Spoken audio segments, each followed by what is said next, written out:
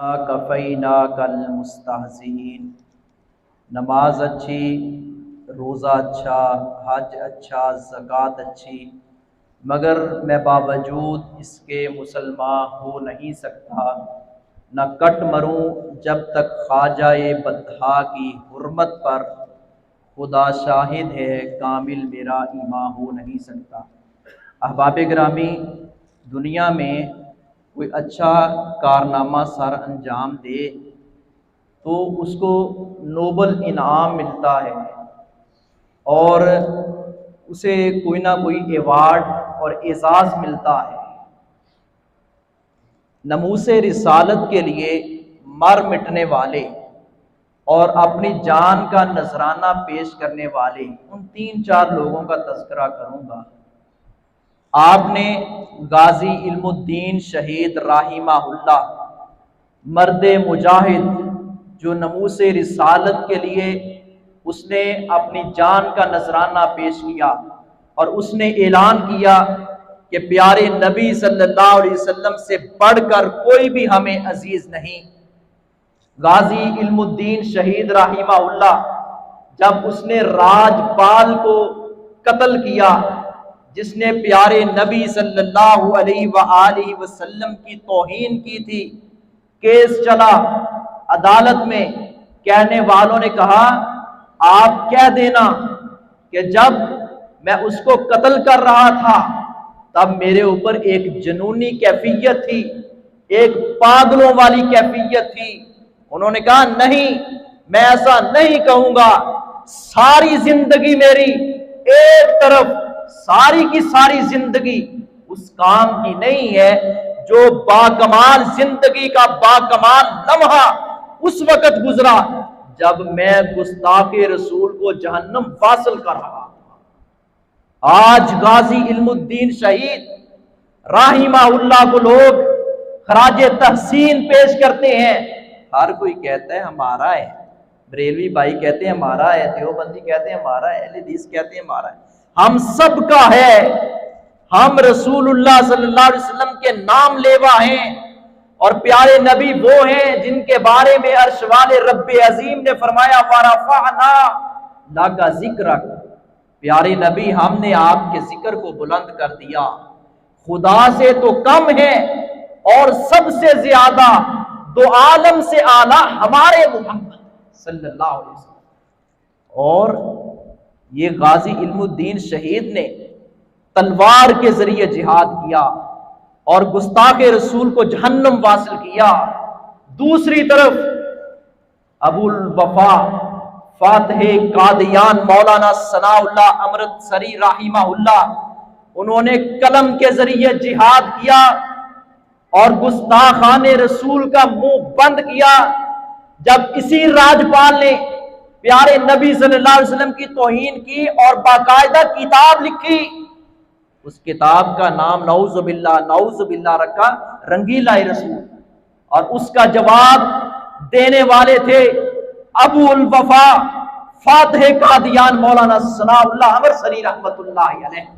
انہوں نے اس کا جواب دیا اور وہ کتاب آج بھی مارکیٹ میں، مجھے چھوٹی سی کتاب ہے، اس کو پڑھے۔ رنگیلا رسول کے جواب میں مقدس رسول کتاب ہے اور مولانا ثناء اللہ امرتسری کی وہ کتاب لائق مطالعہ ہے، پڑھنے سے دل روشن ہوتا ہے کہ پیارے نبی کی زندگی کتنی اعلیٰ زندگی، کتنی قابل رشک زندگی۔ اسی لیے تو ہم نعرے لگاتے ہیں غلامی رسول میں موت بھی قبول ہے، اسی لیے ہم کہتے ہیں گستاخ رسول کی ایک ہی سزا، سر تن سے جدا، سر تن سے جدا۔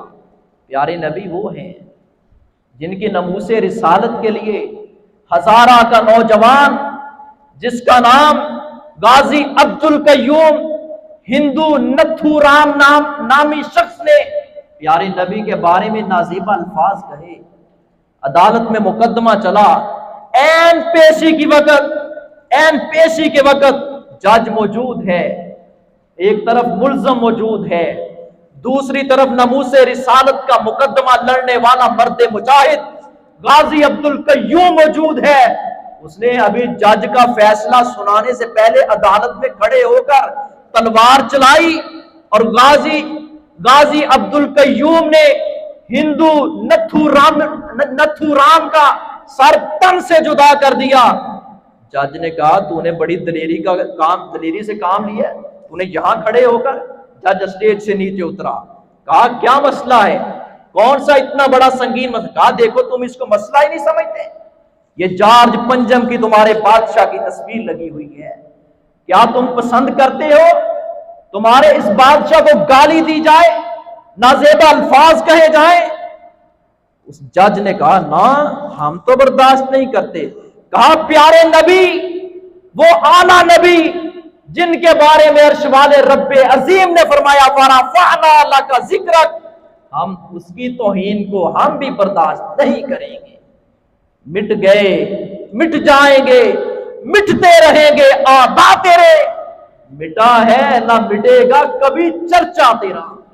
پیارے نبی صلی اللہ علیہ وسلم آپ کو اپنوں نے ہی نہیں بیگانوں نے بھی خراج تحسین پیش کیا ہے، لیکن جو غیر متعصب ہے، کئی مثالیں موجود ہیں، اور پیارے نبی کے دور میں ہی کیسر روم نے ابو سفیان سے 10-12 سوال کیے تھے، اور وہ سوالات کے جوابات سن کر ٹھنڈا ہو گیا کیسر روم۔ اس نے کہا اچھا اتنی اعلیٰ صفات والا، پھر اس کا دین تو پوری دنیا پر غالب آ کر رہے گا۔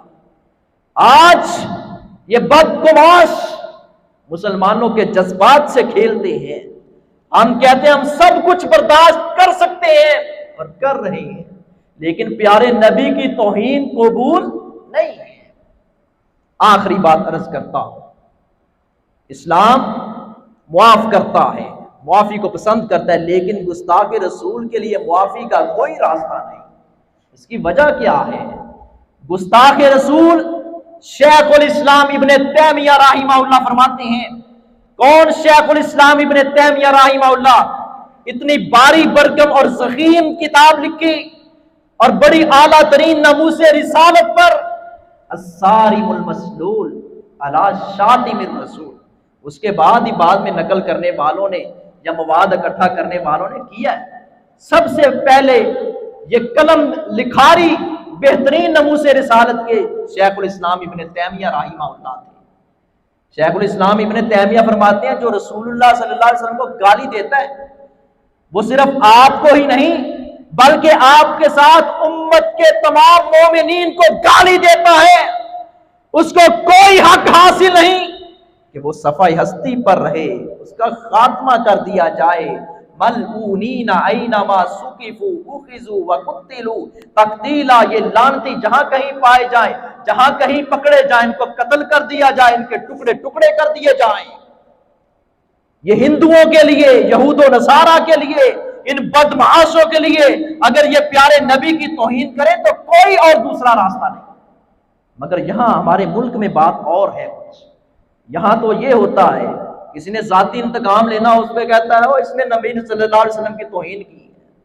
سیالکوٹ میں یہ واقعہ نہیں ہوا، قانون کے اوپر قانون سازی کرنے کی ضرورت ہے، اس بات میں کوئی کمپرومائز نہیں۔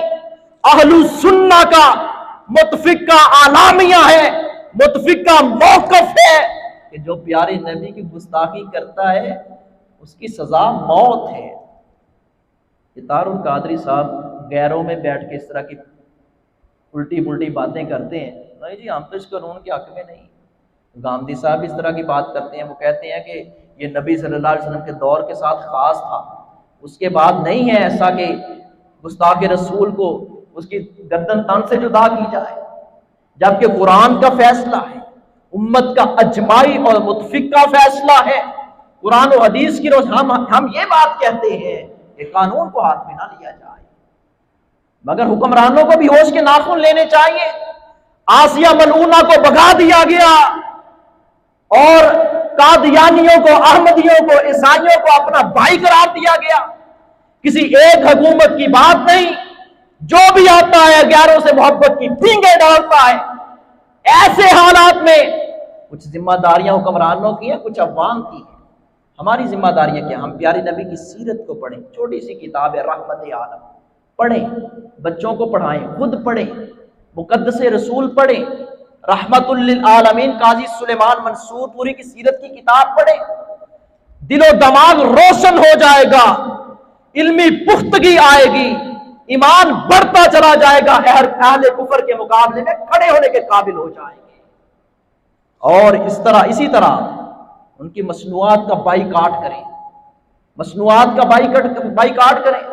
عام روٹین میں عام لوگوں کے ساتھ نبی صلی اللہ علیہ وسلم نے تجارت کی ہے، لیکن ایسے موقع پر تو پھر ان کے ساتھ تجارت نہیں بنتی، بائیکاٹ۔ اب عام موقع پر بھی پاکستان کی جو پروڈکٹس ہیں ان کو کیوں نہیں ہم خریدتے، ہم پاکستان کو کیوں نہیں مضبوط کرتے؟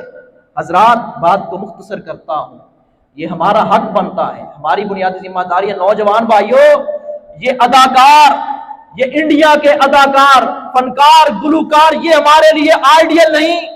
اگر آج بھی کوئی نوجوان ان کو اپنا آئیڈیل سمجھتا ہے، ان کی نکالی کرتا ہے، اس کو شرم سے ڈوب مرنا چاہیے کہ پیارے نبی کی یہ بدگماش گستاخی کرتے ہیں اور پیارے نبی کے اوپر اس طرح کے الزامات لگاتے ہیں کہ ایسی زبان کو اللہ بولنے کی توفیق نہ دے۔ اور صحابہ کرام رضوان اللہ علیہم اجمعین پیارے نبی کا ادب کیا کرتے تھے، احترام کیا کرتے تھے۔ آئیے نبی کریم صلی اللہ علیہ وسلم کی ناموس رسالت کے لیے، اس تحریک کو مضبوط کرنے کے لیے اپنے گھر سے آغاز کریں، پیارے نبی کی سیرت کا مطالعہ کریں اور پیارے نبی صلی اللہ علیہ وسلم کی سیرت کے متعلق بچوں کو بتائیں، سکھلائیں کہ ہمارے نبی کے اندر یہ خوبیاں تھیں، یہ کمالات تھے، یہ اوصاف آپ کے اندر اللہ رب العزت نے رکھے تھے، اور نبی کریم صلی اللہ علیہ وسلم کی یاد رکھیں۔ ہمارا تعلق مرکزی جمعیت اہل حدیث پاکستان سے ہے، یہاں عرض کر دیتا ہوں، بعض لوگ اپنے ہی یہاں مسجد کے نمازی دوسری مسجدوں کے ارد گرد، اور یہ مولویاں کا حال بھی اسی دیکھیا کیا ہوا۔ اگر تحریک لبیک والے ایسا کریں تو وہ جرم سب کے اوپر عائد کر دیا جائے۔